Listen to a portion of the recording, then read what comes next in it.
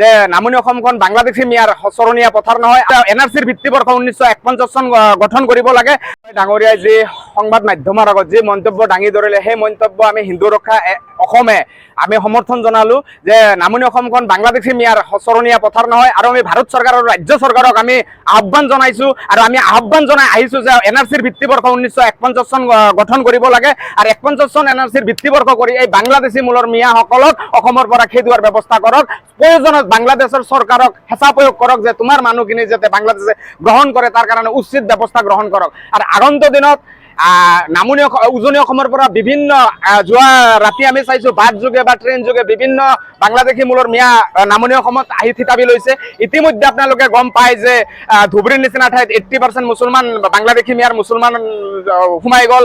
বৰপেটাৰ নিচিনা ঠাইত 80% সোমাই গ'ল। আজি নলবাৰীৰ নিচিনা ঠাইত 60% হৈ গ'ল। আজি বঙাইগাঁৱৰ নিচিনা ঠাইত 60% হৈ গ'ল।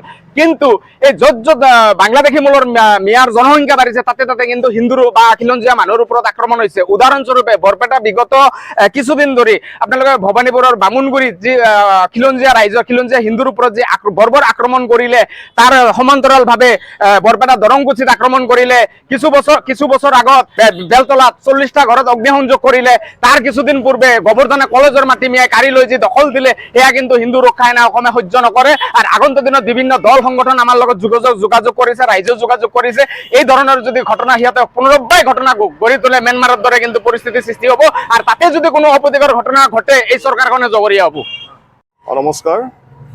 পোনপ্ৰথমতে মই সমগ্ৰ অসমবাসীক শ্ৰীকৃষ্ণৰ জন্মাষ্টমীৰ শুভেচ্ছা জনাইছোঁ।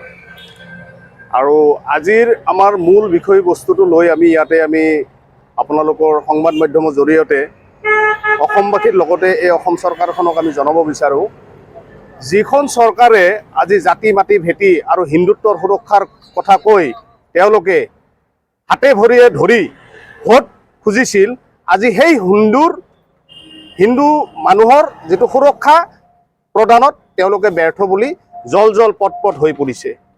কাৰণ ইতিমধ্যে আপোনালোকে গম পাইছে অসমৰ বিভিন্ন প্ৰান্তত হিন্দু কেনেধৰণে ধৰ্ষণ, হত্যা, তেওঁলোকৰ ভূমি কাঢ়ি লোৱা হৈছে। আৰু এই ধৰণৰ কাৰ্যক আমি সেই সমাজৰ কুলাংগাৰ ব্যক্তিসকলক আমি হিন্দু সুৰক্ষা সেনা অসমৰ ফালৰ পৰা আমি সকীয়াই দিছোঁ।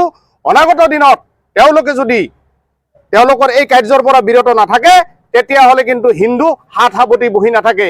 আৰু তাৰ পিছত যদি ইয়াতে যদি অসমত বা আমাৰ সমাজত যদি কিবা ধৰণৰ অপ্ৰীতিকৰ সৃষ্টি হয়, তেতিয়াহ'লে এই চৰকাৰখন জগৰীয়া হ'ব।